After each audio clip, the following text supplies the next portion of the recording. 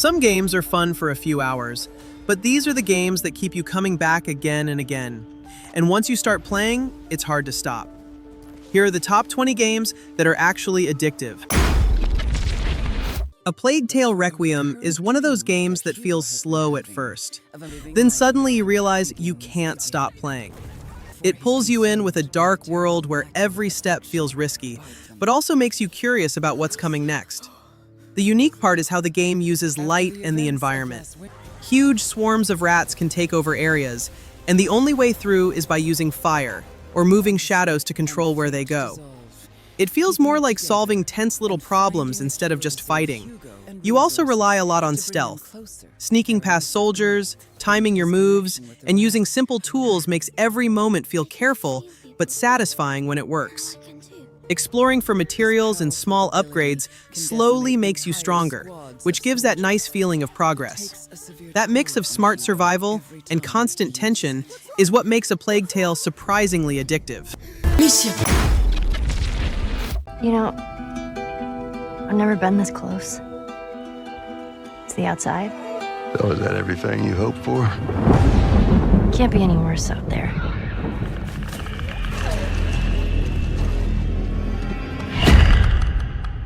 Can it? Once upon a time, I had somebody that I cared about. And in this world, that's good for one thing. Get you killed. I can take care of myself. How many close calls have we had? I get into trouble down there. You make every shot count. The Last of Us Part 1 is one of those games that's actually addictive because it keeps you emotionally and mentally locked in.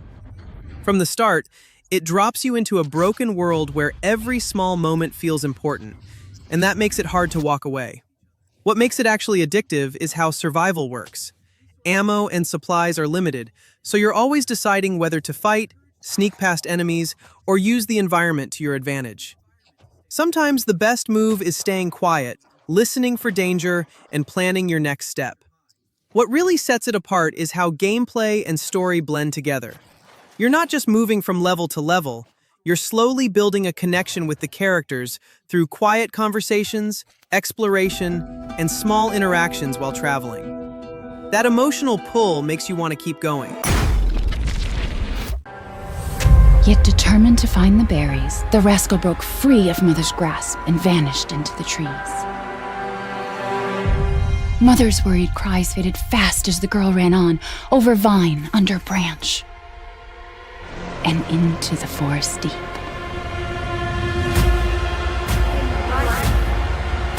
And into death, we give glory. Mother Miranda.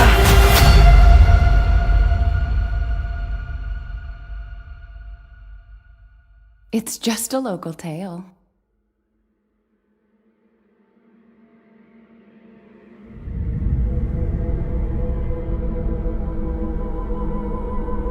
Resident Evil Village starts with Ethan trying to live a quiet life with his family, until everything suddenly goes wrong and take him into a strange, isolated village full of danger. That small story setup already makes you curious about what really happened and why this place feels so wrong. What makes it actually addictive is how the gameplay keeps shifting between tension and action. Sometimes you're carefully exploring dark houses with limited ammo, and other times you're fighting intense enemies and upgrading your weapons to survive tougher areas. It never sticks to just one pace. The village works like a main hub that slowly opens up as you progress. You keep finding new paths, hidden items, and shortcuts, which makes coming back feel rewarding instead of boring. There's also a strong upgrade system where better guns, gear, and crafting options make you feel stronger over time. You claim to be an agent now. So act like it.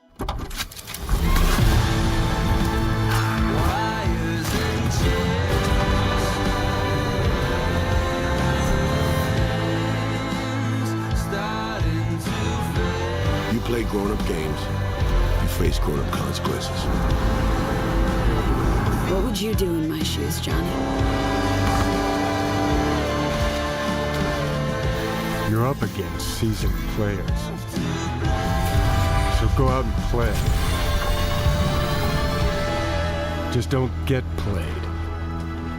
Cyberpunk 2077 throws you into a big future city called Night City, where you play as V, a mercenary you build your own way. You can pick how you look, what skills you want, and how you want to deal with missions, sneak, hack, or shoot your way around town. What makes this game easy to get hooked on is how Night City keeps pulling you back in. There's always something to do, roaming the streets, picking up new jobs, finding better gear, and meeting characters that make you want to keep playing. Many players talk about losing track of time just exploring and trying new things. The combat and movement feel smooth, with simple controls that let you mix actions like jumping, hiding behind cover, or using tech hacks to outsmart enemies. It's fun even when you're not focused on the main story. Silent Hill 2 Remake is a survival horror game where you take control of James Sunderland, a guy who gets a weird letter from his late wife telling him to come back to the creepy town of Silent Hill. That simple hook pulls you into a really eerie world full of fog, strange monsters, and lots of tension. This remake leans into atmosphere and mystery, not fast action. You explore abandoned streets and buildings, solve environmental puzzles, and slowly uncover the story behind James's personal journey. The atmosphere is thick, visual details are intense, and every corner feels like it might hide something unexpected. Combat is more modern than the old game, with an over-the-shoulder view and smoother controls, so fights feel tighter and more intentional instead of clunky. The way enemies move and how the world shifts around you keeps things tense. It doesn't matter if you're smart, dumb, ugly, pretty, it's all the same once you... And a corpse can't laugh! Stay with me. Don't leave me alone again. You're supposed to take care of me. I know what you are. I know why I needed you. But it's all over now. I don't need you anymore.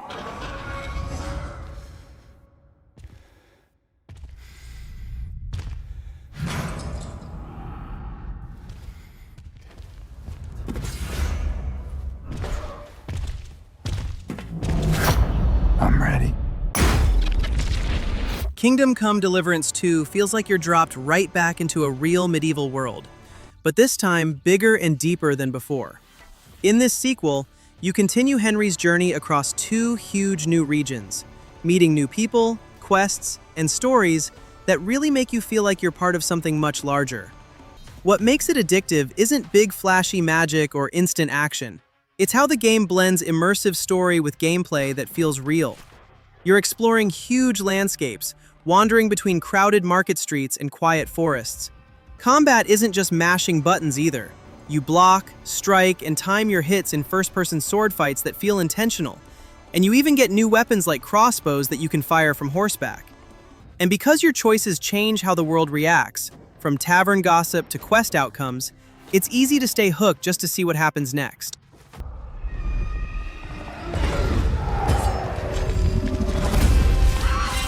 Wake up! Pull yourself together, Henry.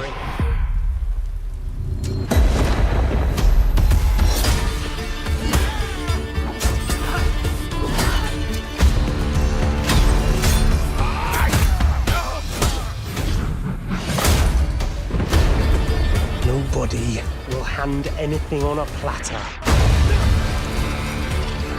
to men like you and me. You still have a long way to go till your work is done.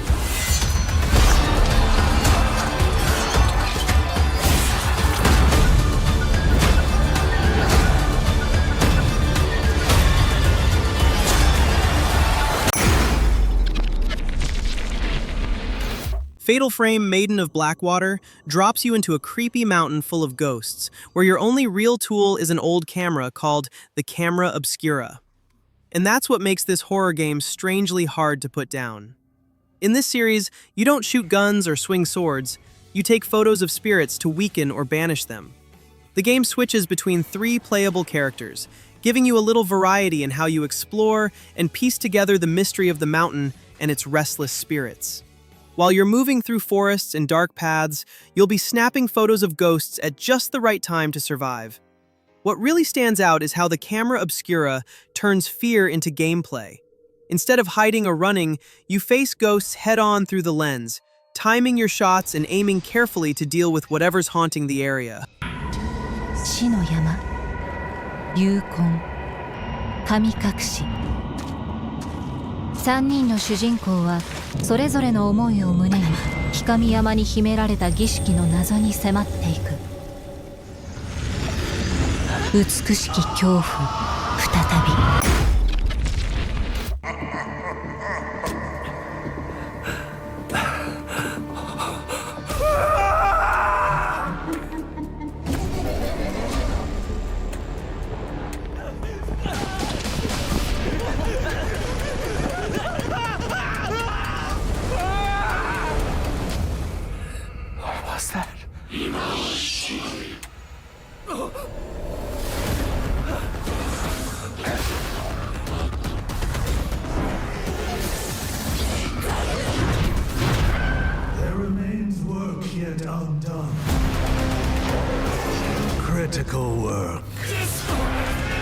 GhostWire Tokyo drops you into a weird version of Tokyo, where nearly everyone has vanished, and ghosts and spirits now roam the streets. You play as Akito, a guy who gets stuck with special supernatural powers, and has to figure out what happened while fighting off all the paranormal threats around him. What makes it easy to get into is how different the combat feels. Instead of guns or swords, you cast magic-like abilities using gestures inspired by old spiritual rituals. And each style feels unique and fun. There's also a cool progression loop in how you collect spirit points and upgrade your skills. Sort of like leveling up your supernatural toolkit, so you feel stronger as you go deeper into the mystery.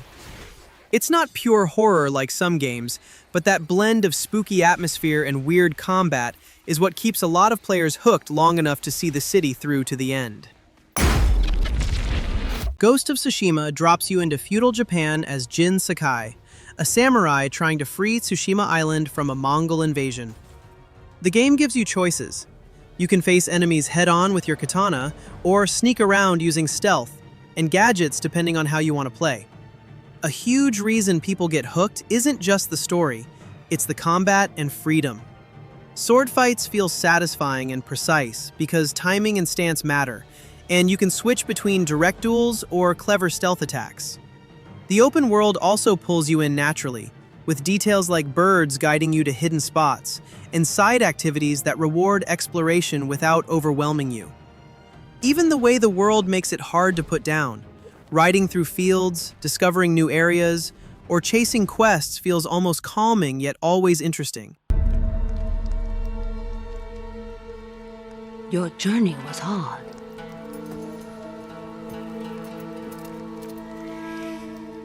Drink?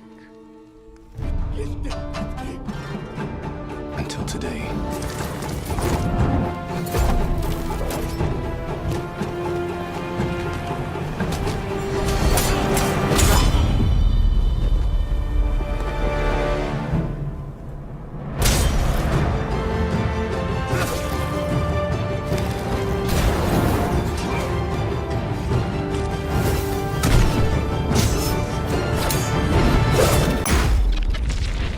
Metro Exodus is a gritty post-apocalyptic shooter where you follow Artyom and his crew as they leave the old Moscow metro tunnels behind in search of a new home out on the surface.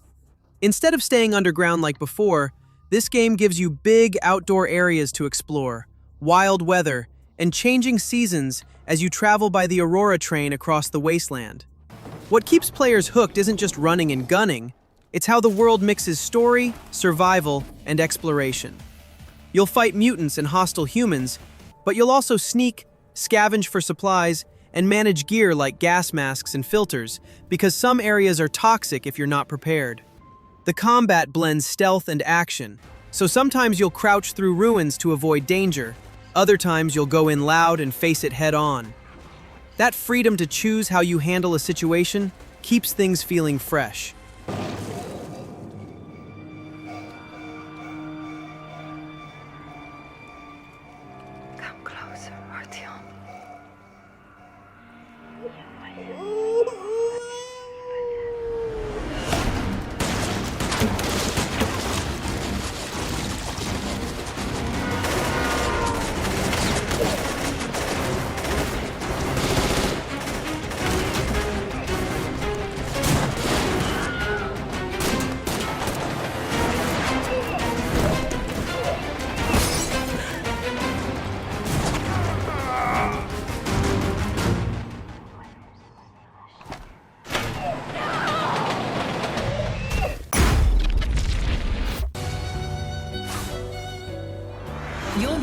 puppet I was expecting.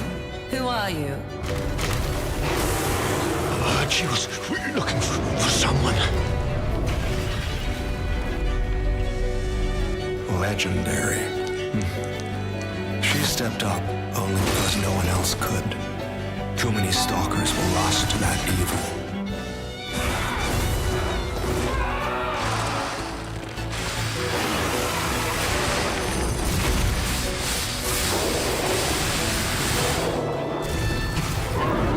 I'll do whatever it takes. Your survival is all that matters. Nothing else comes close, not even my life. I swear I won't be late. Lies of P is an action RPG that feels familiar if you've played Souls-likes, but it adds its own twist by turning the classic Pinocchio story into something darker. You play as a puppet named P, roaming through the ruined, steampunk-style city of Krat while fighting all kinds of creepy biomechanical enemies. What makes this one addictive is the combat, and world are built to keep you thinking.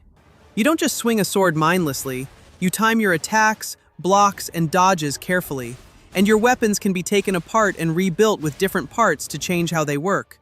That kind of gear freedom makes you want to experiment and try new builds. And many players talk about replaying the game or starting again just to see what changes with a different approach, which is part of what keeps it so compelling. Cronos The New Dawn throws you into a grim world where you play as the Traveler, trying to save humanity by jumping between a ruined future and the past to stop a mysterious catastrophe called the Change. It mixes survival horror with a sci-fi twist you don't see every day. Unlike typical action games, you're not just spraying bullets. Enemies called orphans will absorb dead bodies and evolve into stronger versions if you're not careful, so every fight feels tense and strategic. That makes combat more about timing, careful shooting, and deciding when to burn or finish enemies so they don't come back stronger. The world itself is part of the pull. You'll scavenge for ammo, fight in dark industrial zones with a retro-futuristic aesthetic, and uncover pieces of the story that slowly explain what happened to this broken world and why you're fighting so hard to change it. I need to do my part.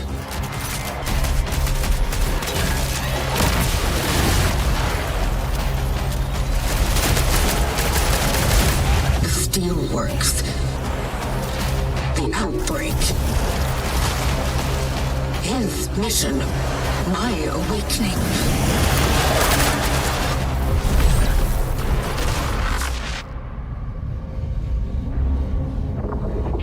I need to make sense of it all. Someone once told me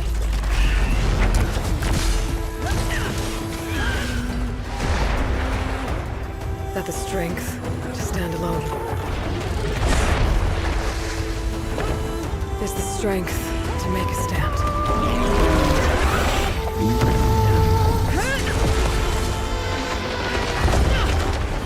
To serve a purpose greater than myself. And for the good of all.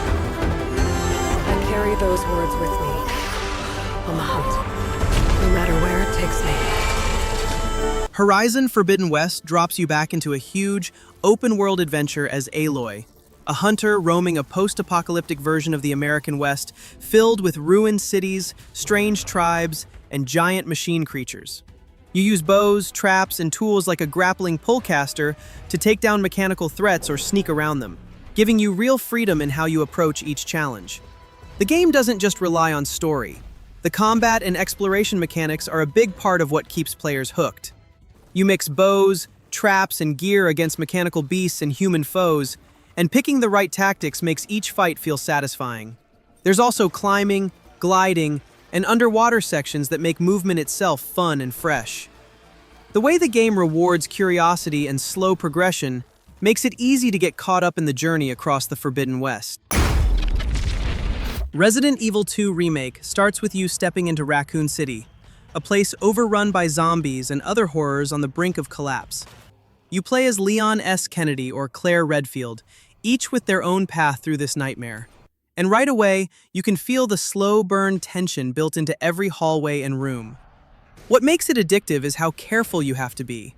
Ammo is limited, Healing items are rare, and sometimes the smartest move is to avoid a fight instead of forcing it. Exploring the police station is another big hook. You unlock shortcuts, solve simple puzzles, and slowly learn the layout, which makes every return feel tense but familiar. And once you think you're safe, something unexpected usually reminds you that you're not. The remake also mixes classic survival horror with modern visuals, so it feels familiar if you've played older games but fresh at the same time. You gotta be kidding me. Get off of me! Get the hell out of here. Before it's too late. What's going on here? Sorry, that information's classified. Seems to be evolving much faster than expected.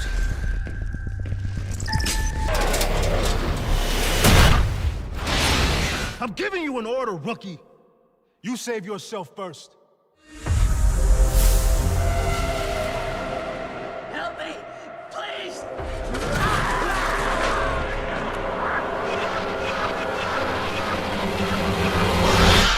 What in God's name? Batman Arkham Knight gives you a huge, open version of Gotham City, and just moving around as Batman is already fun on its own. You glide between buildings, use the grapnel gun to keep your momentum, and drop straight into fights whenever you spot trouble below. The combat is simple to pick up but stays interesting. You mix punches, counters, and gadgets in smooth combos, so every fight feels fast without being confusing. Enemies change how they attack too, which keeps you paying attention instead of doing the same thing over and over. Exploring the city is a big part of the experience. There are side missions, small challenges, and secrets almost everywhere, so it's easy to get distracted in a good way. You finish one thing, then notice another right around the corner. It's that fun combat and constant little things to do that make Arkham Knight really hard to stop playing. The only true conclusion is death. The hero does not cower to death, for that would belittle life. The hero knows he cannot defeat danger, but for a moment, he can free others from fear. Let those left behind find hope in his sacrifice. Let those who knew him well speak of his fierce loyalty, unwavering convictions, and when the time came, his ultimate willingness to give all. Legends live on. Only man comes to an end. The Legend of Zelda Tears of the Kingdom gives you a huge world and then basically says, figure it out your own way. You're dropped back into Hyrule, but everything feels more open and flexible than before. What makes this game so addictive is the building and physics system. You can combine objects, create vehicles, build weird machines, or solve problems in ways the game never directly tells you to do. There's no single correct solution, and that makes experimenting feel fun. Exploration is another big part. You're not just running from quest to quest. You're climbing, diving underground, or reaching floating islands just because something caught your eye. The game constantly rewards curiosity, even when you're just messing around. That mix of freedom and creativity is why Tears of the Kingdom makes people lose hours without even realizing it. Hollow Knight Silksong feels addictive mainly because the whole game is built around speed and momentum. You're not slowly walking through areas, you're jumping, swinging, bouncing off enemies, and moving almost non-stop. Just moving from one place to another already feels fun. The biggest fun here is how combat and movement are tied together. Fights don't stop the flow. You're attacking while jumping, dodging in the air, and reacting fast instead of standing still trading hits. It feels closer to an action platformer rhythm than a typical Metroidvania. Another unique part is progression. Instead of simple stat upgrades, you collect tools and resources that slightly change how you play. Small changes matter, and that makes experimenting feel natural, not complicated. That smooth flow of movement and clever progression is what makes Silksong hard to stop playing once you get into it.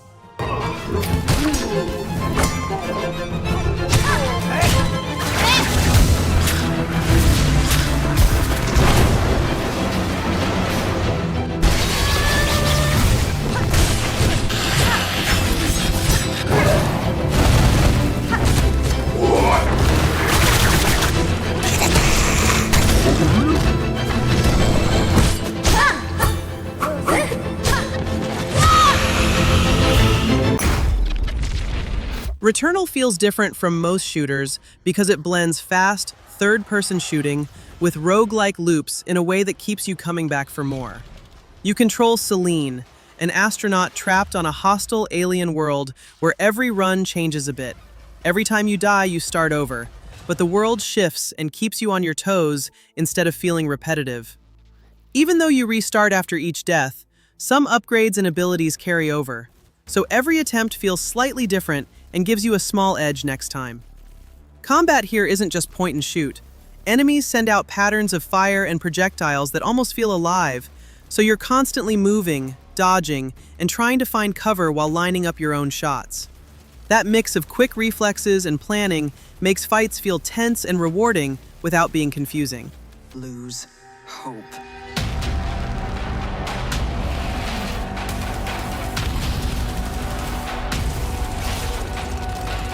My only choice is to keep fighting. To keep looking for answers. My only hope is to break the cycle. Before the cycle breaks me. Sekiro Shadows Die Twice is one of the hardest games, and you can feel that right from the first fight. The game doesn't let you play slow or hide. It pushes you to stay close and face enemies head-on. What makes it unique is how combat works around timing instead of just attacking. You're blocking and parrying almost non-stop, trying to break your enemy's posture rather than slowly lowering their health. Every fight feels like a quick duel where one small mistake can change everything. There's no heavy leveling system to rely on either. You don't win by grinding for better gear. You win by learning patterns, getting faster, and reacting better each time you try again. The tools on your arm add small twists to battles, like pulling enemies closer or setting traps, but they never make things easy. They just give you new ways to think.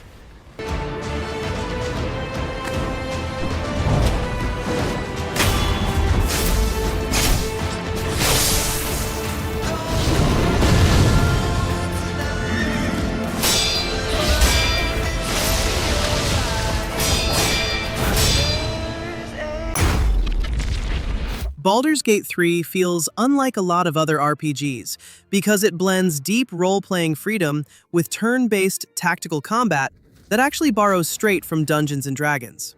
You don't just level up and spam attacks. Every fight turns into its own little strategy session where positioning, spell choices, and even the terrain matter. It's turn-based, yes, but that just gives you time to think about how your wizard, rogue, or fighter can help most. Another big hook is player choice. You can solve problems by talking, sneaking, fighting, or using weird solutions you come up with on your own. The world reacts to your decisions so differently that one playthrough feels very unlike another. It's that mix of tactical combat, real choice, and unforgettable companions that makes Baldur's Gate 3 the kind of RPG people dive into for hours without realizing it. Absolute, and believe it to be a god. The absolute is more dangerous than you can possibly conceive. It threatens all who live. It threatens the gods, the weave, the very fabric of the universe itself. How would you feel about helping me kill some evil bastards?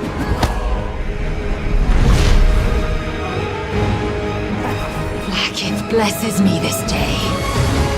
Together, we might survive.